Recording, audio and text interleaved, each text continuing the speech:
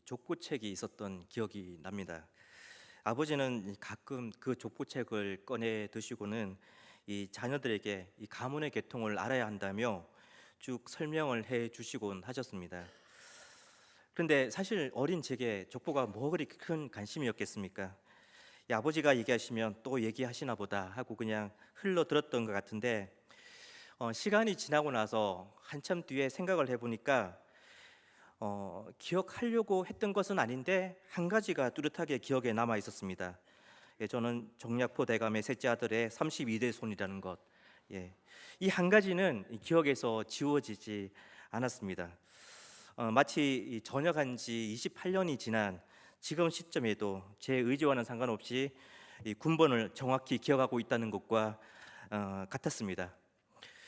아버지는 이 뿌리가 나란 한 사람의 현재적 정체성을 인식시켜 준다고 생각하셨던 것 같았고, 그래서 이 족보를 계속 강조하셨던 것 같습니다. 이 성경을 보면 이 군데군데에 족보가 등장합니다. 이 족보에 이 발음하기도 어려운 이름들, 그렇다고 그 인물에 대한 자세한 기록도 없는 이름이 참 많이 나열이 되어 있습니다. 예, 오늘 본문이 속한 5장도 그렇습니다. 예전에 교회에서 이 성경 통독팀을 맡아서 이 봉사자들과 함께 성경 전체를 이 빠른 속도라고 부르죠. 갑자기 기억이 안 나는데, 근데 가끔씩 그렇습니다. 속독으로 낭독한 적이 있었는데, 그때 가장 고비가 되었던 이 곳이 역대기 1장에서 9장이었습니다. 이 9장이나 되는 이 성경에서 가장 긴 족보가 기록이 되어 있는 곳이기도 하고, 정말 발음하기도 어려운 이름들이 얼마나 많이 나열이 되어 있는지 모르겠습니다. 보통 연초에 1년 동안 성경 전체를 한번 읽어보기로 계획하고 읽다가 결국 중단하고 마는 곳이 있죠. 아마 잘 아실 거라고 생각이 드는데, 레위기쯤 가면 결국 중단하고 마잖아요. 그런데 이곳을 무사히 통과하고 나면 그 다음 고비가 오는 장이 바로 역대상 1장에서 9장 사이가 아닐까 하는 생각이 듭니다.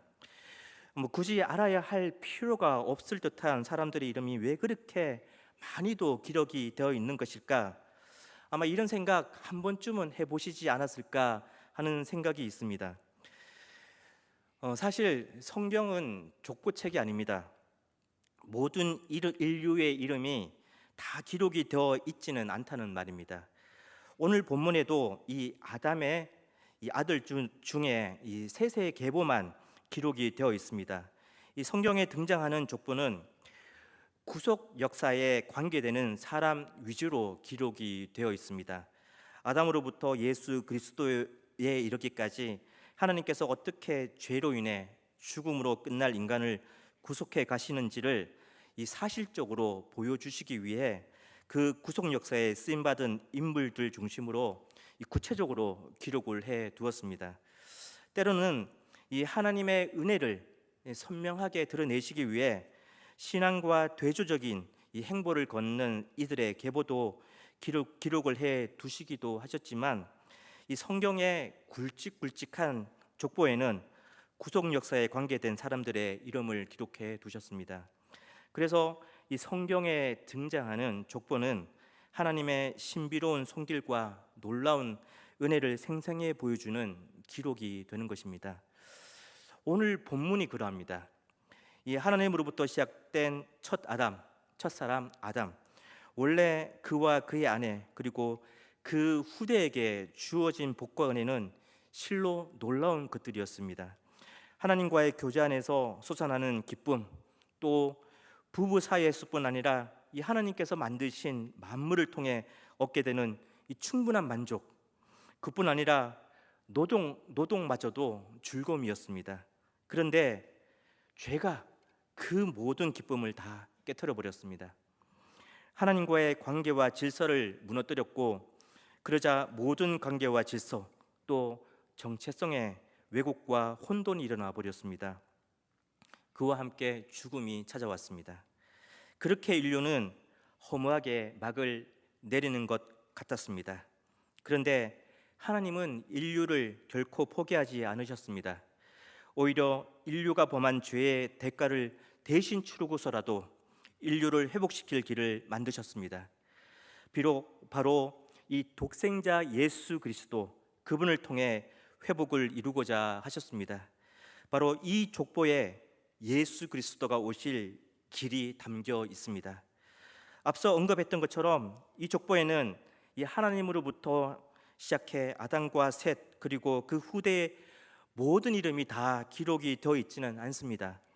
구속 역사에 관계된 인물 중심으로 기록이 되어 있는데, 그들을 통해 하나님께서 어떻게 구원의 역사를 위한 대를 이어가시는지를 선명히 보여주고 있습니다. 그런데 여기서 중요하게 생각해 보아야 할 한 가지는, 이 하나님으로부터 시작되어 예수 그리스도를 통해 성취되었고 이제 미래의 완성으로 향하는 이 구속 역사라는 큰 줄기에는 수많은 격가지가 있다는 사실입니다. 하나님으로부터 시작되어 예수 그리스도에 이르는 이 굵직굵직한 구속 역사의 줄기에 특별히 포함된 사람들이 있었지만, 그 줄기에서 파생된 수많은 가지들도 있습니다.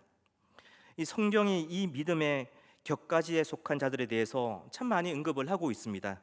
때론 이름이 밝혀지기도 하고 자세한 이야기로 등장하기도 하지만, 때론 무명이라는 이름도 없는 사람으로 등장하기도 합니다. 히브리서 11장에 보면 믿음을 지키기 위해 인간이 당할 수 있는 가장 큰 고통마저도 참아낸 자들을 언급하고 있습니다. 히브리서 11장 36절에서 39절을 한번 보실까요?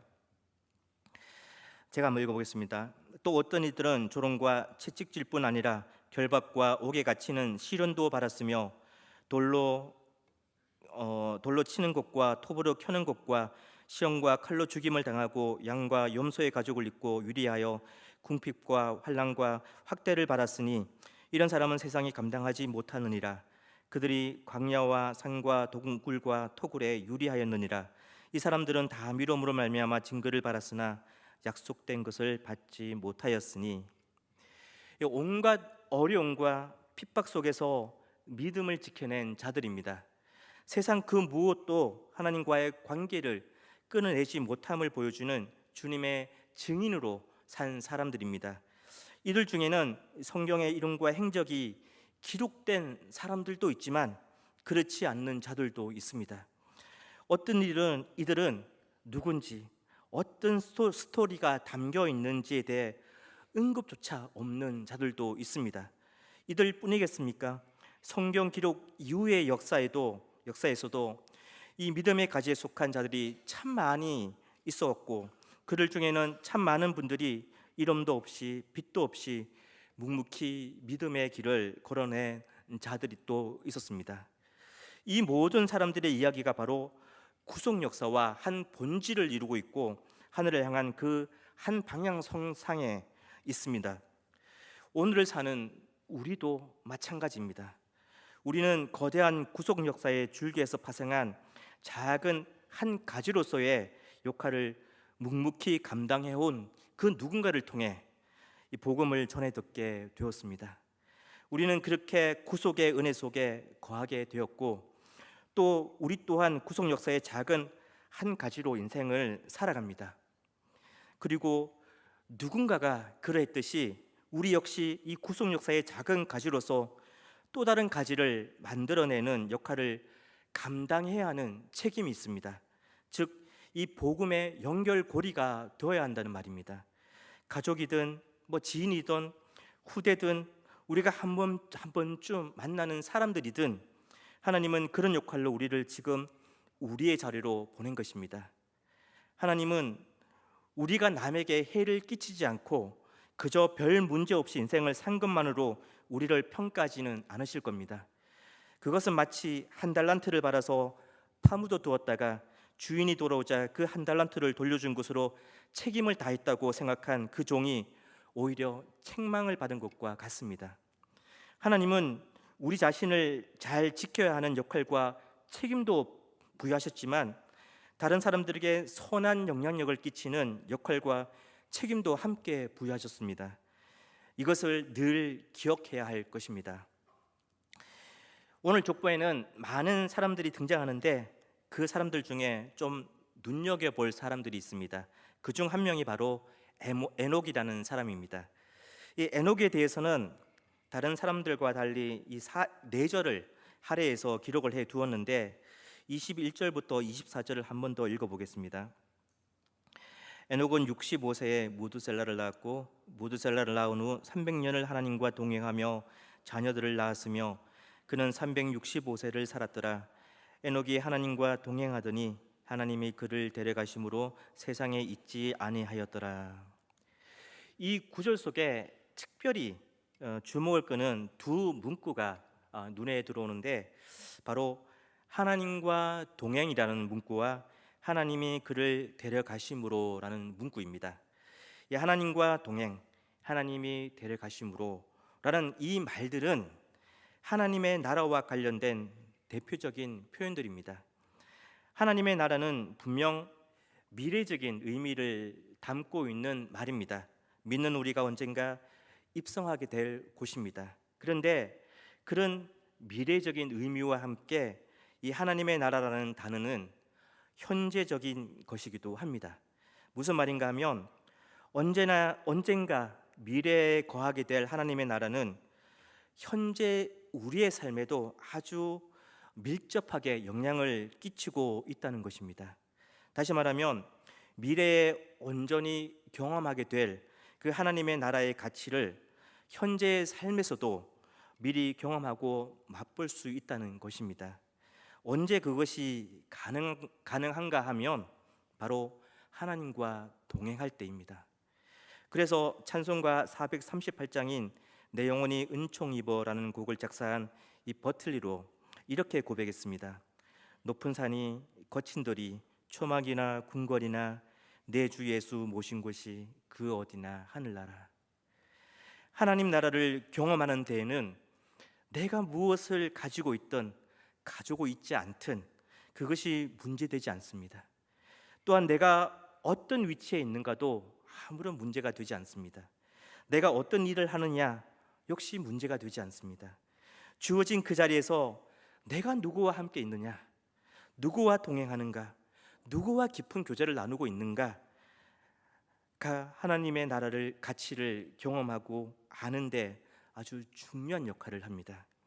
내가 무엇을 하든 어떤 자리에 있든 그곳에서 하나님과 동행하면 그 자리에서 천국의 가치를 발견하게 될 뿐만 아니라 천국의 기쁨을 누릴 수 있게 된다는 것입니다. 그리고 그것이 우리를 향하신 하나님의 뜻이고 하나님께서 기뻐하시는 삶이라는 것입니다. 하나님은 우리의 불행을 누구보다도 원하시지 않으신 분이십니다. 우리가 진정한 행복을 누리며 살기를 누구보다 간절히 바라시는데 그 행복은 세상의 가치로는 절대 채워질 수가 없습니다. 우리의 행복은 하늘의 가치로만 온전히 채워지게 되어 있습니다. 그 일을 위해서, 다시 말하면 우리의 진정한 행복을 위해 하늘의 가치를 우리 마음속에 깊이 새겨 넣으시려고 때론 기도와 응답이라는 것을 사용하시기도 하고 때론 오묘한 기적이라는 방법을 사용하시기도 하지만 때론 이해가 되지 않는 고난, 아픔과 같은 가시도 사용하십니다. 사용하시는 그 방법은 하나님께서 결정하시는 것이지만 분명한 것은 우리에게 일어나는 모든 일들은 하나님과의 동행, 교제 안으로 우리의 시선을 옮기시기 위한 도구가 된다는 것입니다.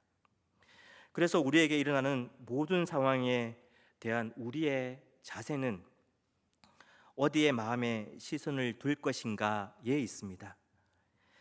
우리가 얻은 것들이나 고난 그 자체, 또 고난으로 인해 생기는 원망과 불평에 우리의 시선을 고정하면 결국 낙심과 좌절의 수렁에 매몰되어 갈 뿐입니다.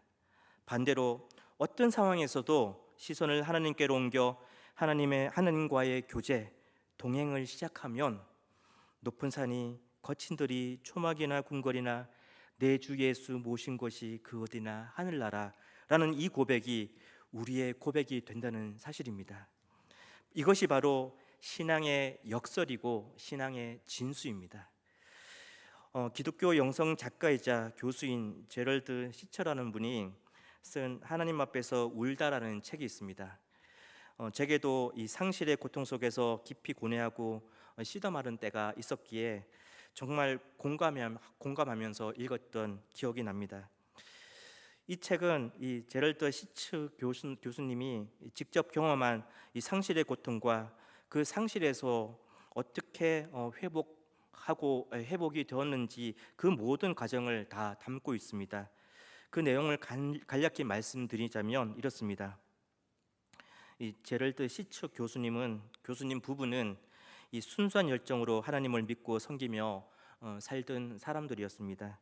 결혼 후 11년을 지나는 동안 아이를 갖지 못했고 어쩌면 영영 아이를 갖지 못할 수도 있다는 생각을 하던 그때쯤 임신을 하게 되었습니다.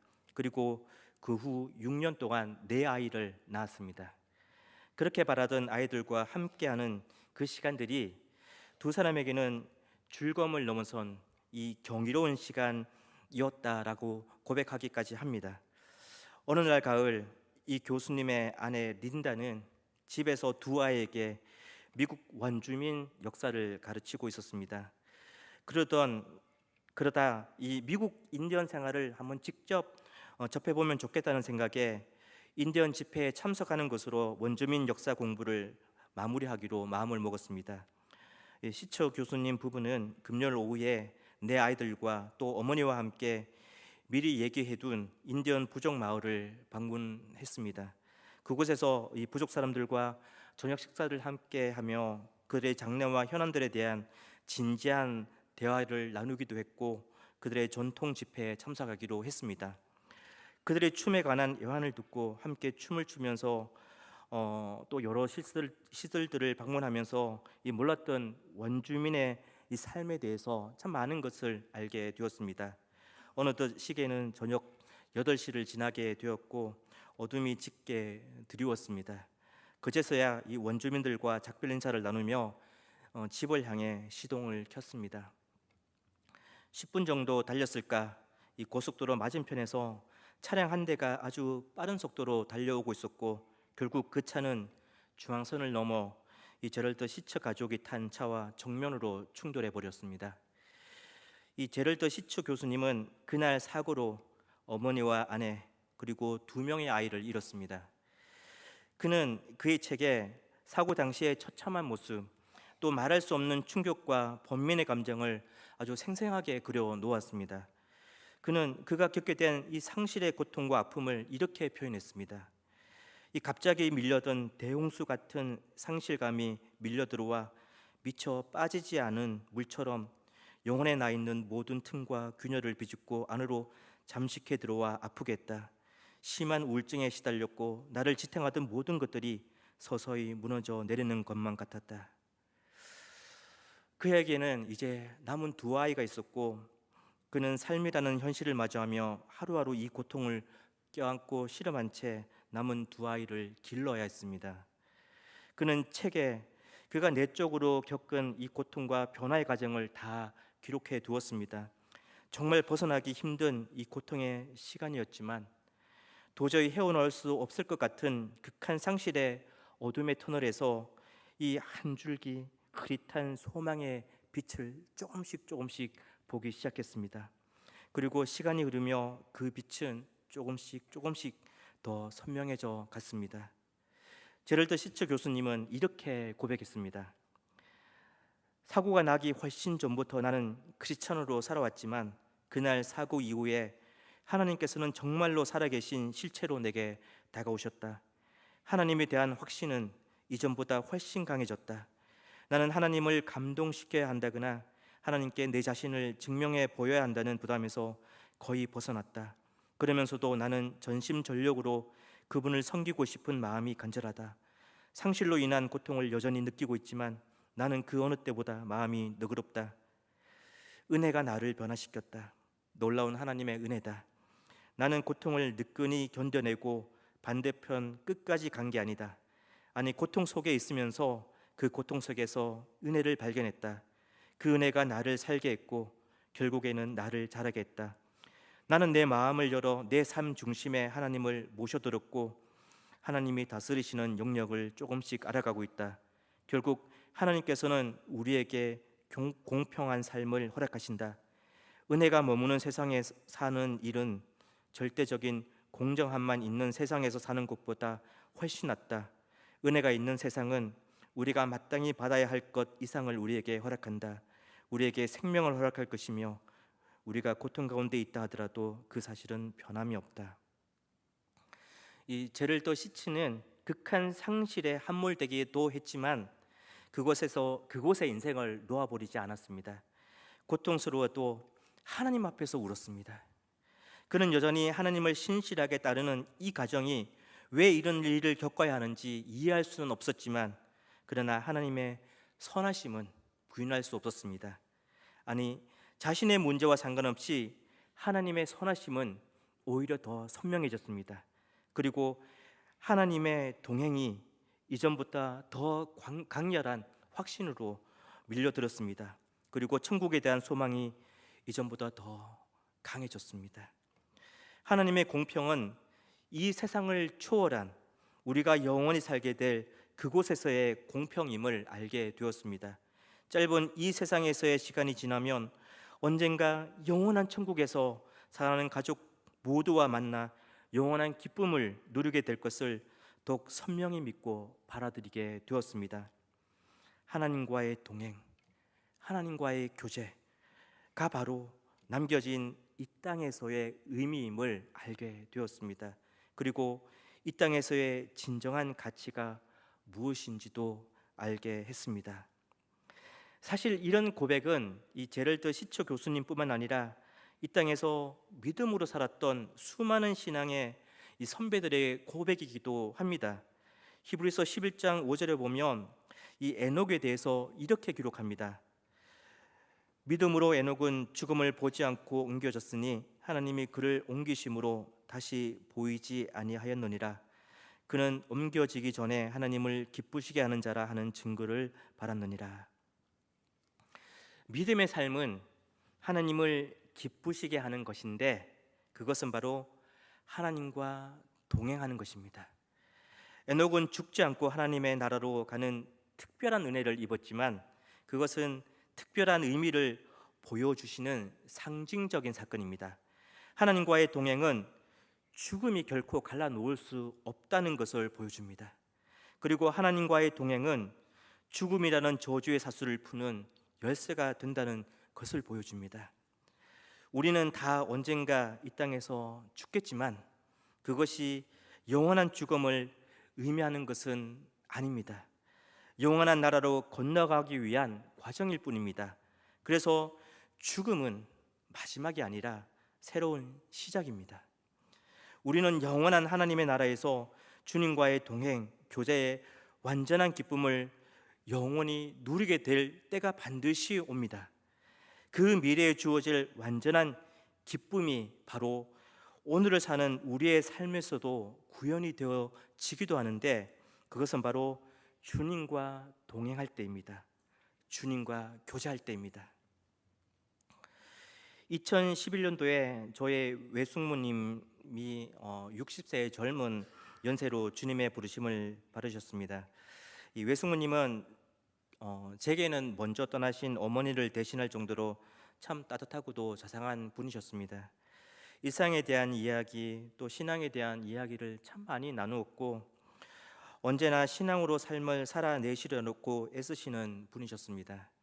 이 사역자의 아내로 평생 사시면서 힘들고 굳은 일도 기쁘게 감당하셨고 또 어렵고 힘든 사람들에게 늘 복음으로 다가서며 이 사랑의 손과 주님의 사랑의 손과 발이 되어 주셨던 분이셨습니다. 그런 외숙모님의 삶이 제게는 참 울림이 되었습니다.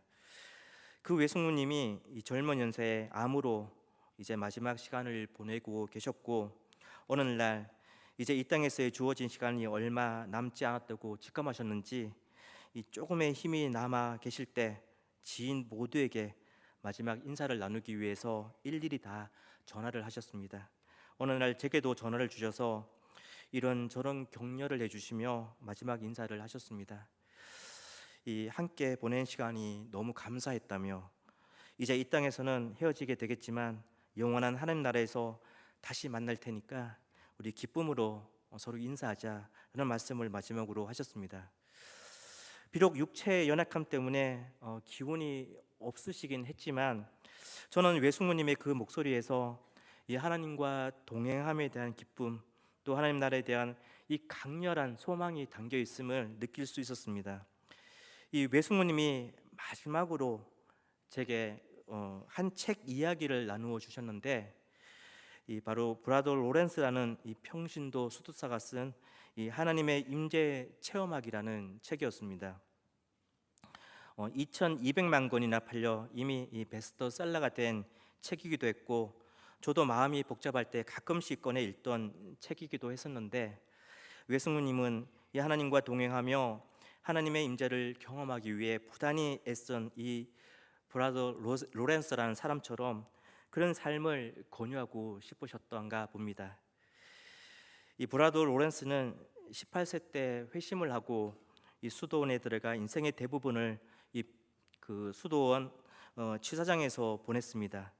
그에 대해서 알려진 바는 별로 없지만 그가 쓴 여러 통의 편지가 후대에 아주 좋은 영향력으로 남게 되었습니다. 그의 편지를 통해 이 수도사 취사장에서 일을 하면서 얼마나 이 하나님의 임재를 느끼기를 갈망했는지, 또 그 하나님의 임재 속에 살아가려고 얼마나 애를 썼는지 잘 들여다볼 수 있습니다. 그가 썼던 편지 내용 중에 이런 문장이 있습니다. 처음에 하나님을 생각하는 습관을 들이기가 어려웠던 것처럼 이제는 하나님을 생각하지 않는 것이 어려운 상태에 이르게 되었습니다. 나에게는 일하는 때나 기도하는 시간이 차이가 없습니다. 여러 사람이 한꺼번에 서로 다른 일을 요청하는 우리 지사장의 소란함과 부산함 가운데서도 나는 무릎을 꿇고 성찬식에 참여하는 것처럼 큰 평온 가운데 하나님을 모실 수 있습니다. 이 처음에 하나님을 생각하는 습관을 들이기가 어려웠던 것처럼 이제는 하나님을 생각하지 않는 것이 어려운 상태에 이르게 되었습니다 라는 그 고백이 얼마나 하나님과 깊은 동행 가운데 거하여 있는지를 생생히 보여주는 것 같았습니다. 이 브라더 로렌스는 조용할 때나 기도할 때나 부산한 노동의 일을 할 때나 어느 순간에도 동행하시는 하나님의 임재, 하나님의 손길을 깊이 느끼고 싶어 했고 또 그렇게 느끼고 있었습니다. 하나님과 동행하는 그곳에는 평안이 있고 기쁨이 있습니다. 그곳에는 주어진 시간을 살아내는 삶의 의미와 가치도 깃들어져 있습니다. 또한 하나님과 동행하는 그곳에는 내가 어떤 존재인지, 하나님은 내게 어떠한 분이신지에 대한 정체성도 담겨 있습니다. 그 모든 것을 만나게 되는 곳이 바로 하나님과 동행하는 그 순간입니다. 사랑하는 성도님들, 아프더라도 힘겹더라도 하나님 앞에서 울면 또 에녹처럼 하나님과의 동행과 교제를 그 자리에서 시작하면 우리를 감싸 안고 계시는 이 하나님의 따뜻한 품, 어떤 세상의 염려와 두려움도 친히 당신의 손으로 맡고 계시는 하나님의 평안의 품, 상실이 끊어짐이 아니라 만남으로 연결되어 있음을 보여주시는 하나님의 소망의 품을 경험하게 됩니다. 하나님은 지금도 우리를 그 품 안으로 초청하고 계십니다. 매일 우리와 동행하며 친밀한 교제를 나누기를 원하십니다. 이렇게 우리를 기다리시는 주님과 매일 만나 동행하면서 그 주님의 따뜻한 품, 또 평안의 품, 소망의 품을 경험할 수 있는 우리 성도님들 되시기를 주님의 이름으로 축복합니다.